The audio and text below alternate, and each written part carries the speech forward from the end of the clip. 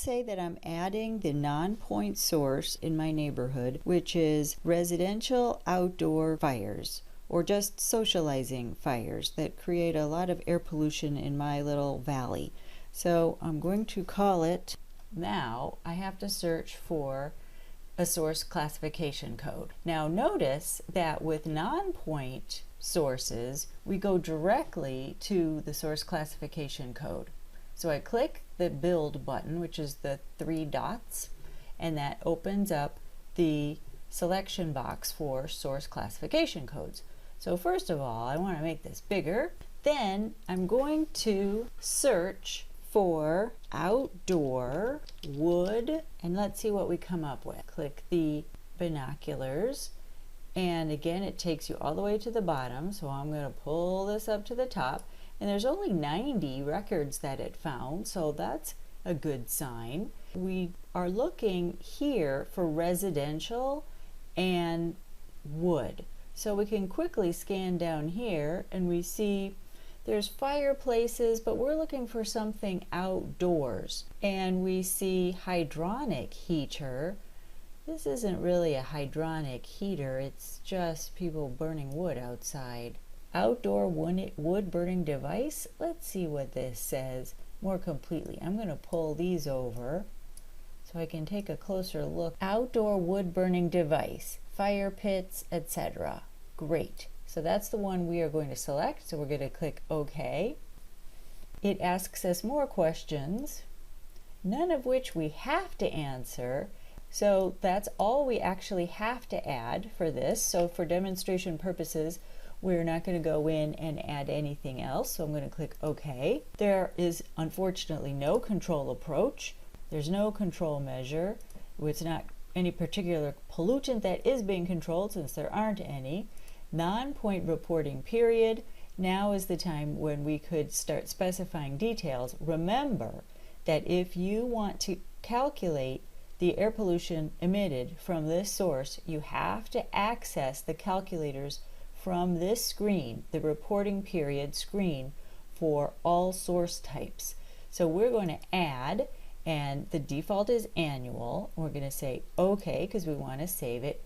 Now we can click this estimate button, which is the only way the calculators can be accessed and have the data that's calculated saved in your TEISS project, unless you hand enter it in the emissions. So I'm going to click estimate, and now is the time when I get to pick what calculator to use. So I'm going to try to find one of the AP42 calculators, and there are 205 of them in TEISS.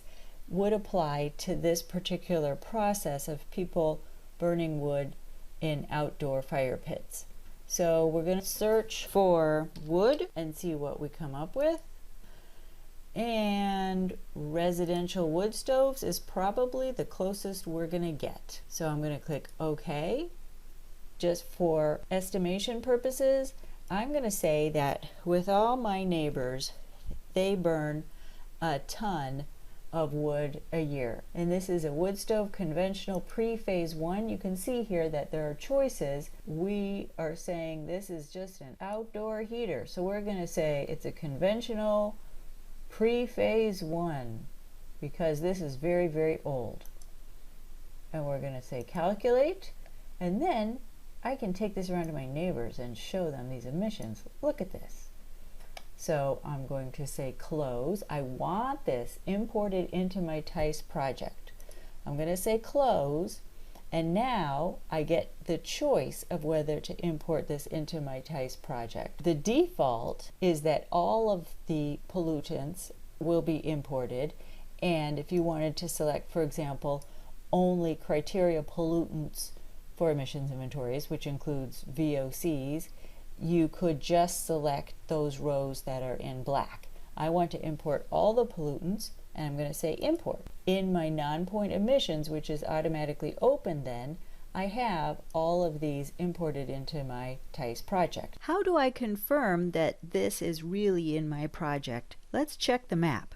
I'm going to click close. This Nonpoint source of outdoor fire pits was added in Maricopa County.